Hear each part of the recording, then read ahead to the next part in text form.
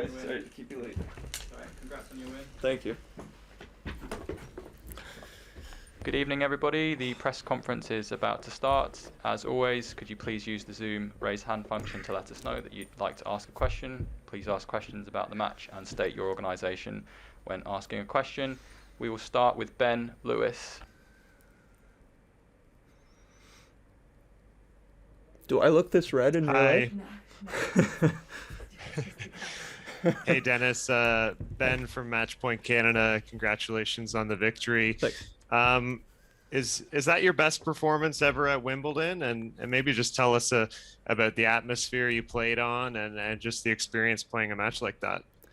Yeah, for sure. It's I think it's probably one of my best performances, even outside of Wimbledon. I think I definitely played really flawless today and just super solid. And it was an incredible experience. You know, it's like I said on the court, it was a dream of mine to grow up one day and play on the center court at Wimbledon. You know, I've seen so many legends playing there, and it's always just been a huge goal of mine. So to go out there today and to play a guy like Andy, who's also just such a legend, and to beat him today with the tennis I was playing, it was just it was incredible for me. Thank you, Ben. We'll go to Paul now. Hi, Dennis. Paul over here from the Globe and Mail. It seemed like your confidence kind of grew as the match went on, and I just wonder how I guess how that happened, but also how did you shut out the crowd? Because clearly it was pretty one-sided there, but it didn't seem to bother you, and if anything, you seemed to get better as the game went on. Yeah, I mean, I expected the crowd to be for Andy. Obviously, it's completely normal. So for me, I tried to just focus on myself and play my game. And every point I was just trying to compete the best I can. And I really felt like I was in every single point today. So I'm really really happy with myself on that. It's definitely one of my better matches. In that case, I felt like I didn't give away almost anything. I really was making him earn a lot and really dictating when I had chances. So I think it was just really really flawless for me today. Mike McIntyre. Mike McIntyre from Matchpoint Canada.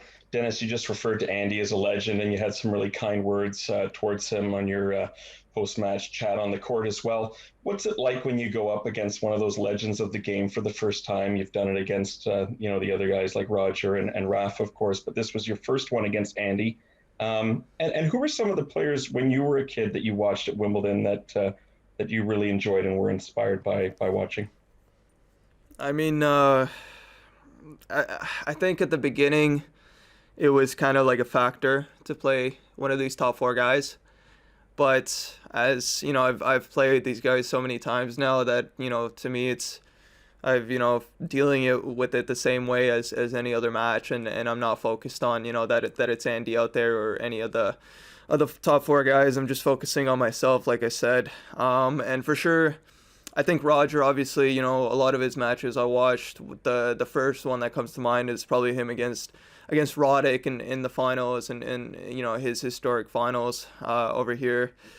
And of course Andy when he won the pros, I had won the juniors, so I really looked up to him and remember seeing him play against Milos that year and was always just a huge fan of his game, and like I said, actually watching his second round match as a fan of the game, it was really awesome to just see him playing and moving the way he is, and some of the passing shots he hit, and even the way he won the match, it was so vintage Andy. So it was really cool to see as a tennis fan, and of course for me it was just exciting to go out today and play. Obviously it's like I said, it was a dream come true for me. So I was just a kid out there and just enjoying the moment.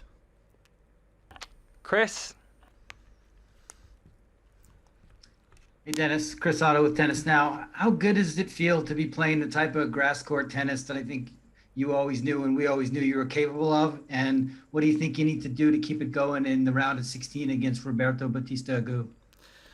Yeah, I'm definitely super pleased with the grass court season. Obviously, we had made the call to skip French Open so that my shoulder can feel good for the grass, and so that it can completely heal, and I can have a better chance to play well at the grass. So I think it was obviously the right call, and super happy with that. And of course, I feel like throughout the years my game has improved on grass courts, and it's just been a matter of time. So I'm happy that I've been able to stay patient, and I still think there's so much room for me to grow on the surface and to get better. So there's definitely things I want to keep working on throughout the years, so that one day I can be a really tough opponent on the surface. And against Roberto, it's another tough match. We've never played against each other, and he's a really tough opponent. He doesn't give much to the other guy, so it's definitely a match I'm gonna have to earn, and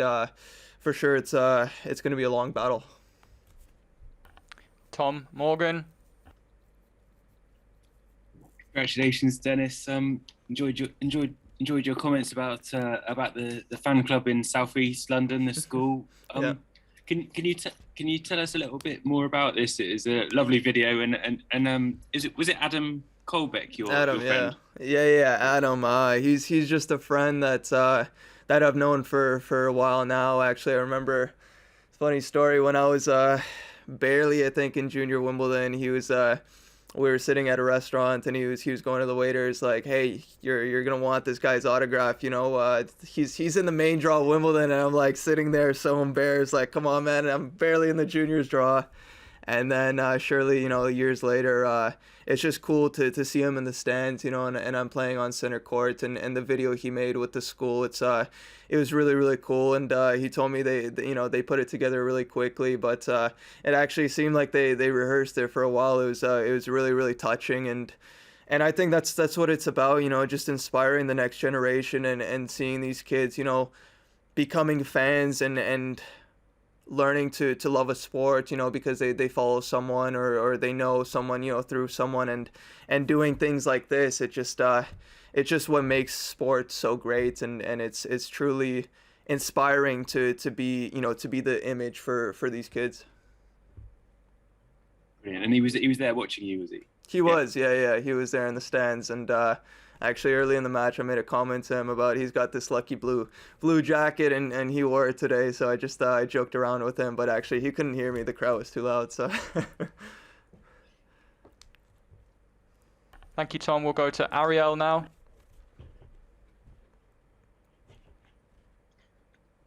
Hi, Dennis. How's it Ariel going? Roman from Septimo Game here in Chile. Congrats on your win. Thank you. I've been asking this I've been asking this to some players about abuse on social media towards players. Last week, as almost at the same time you did, Christian Garin withdrew from the Olympics, and he has been receiving tons of abuse, even though he's in the second weekend at Wimbledon as you do. And I don't know whether in Canada they are so passionate about this, and you have been receiving this kind of abuse. And what's your opinion on that, and what's the advice that you can give to all the players to stand towards abuse? Yeah, it's difficult for sure. I'm not gonna specify. I don't think they're Canadians, but I think it's just people in general, and gamblers. The majority of them, for sure. I mean, I think every player gets hate messages, and it does suck, and I think it's completely horrible. To me, I try to shut down my media at all during the tournaments. I'll post stuff, but then I'm not on it at all, so I'm not seeing these things. So to every player, it's their own, but for sure it's tough. It definitely shouldn't happen, and we're playing the sport because we love to play, and we're not playing it so that we can get hated on. So it's super difficult for sure. But like I said, every player needs to manage it the way they can. For me, I try not to look at my media at all during tournaments. We'll go back to Mike.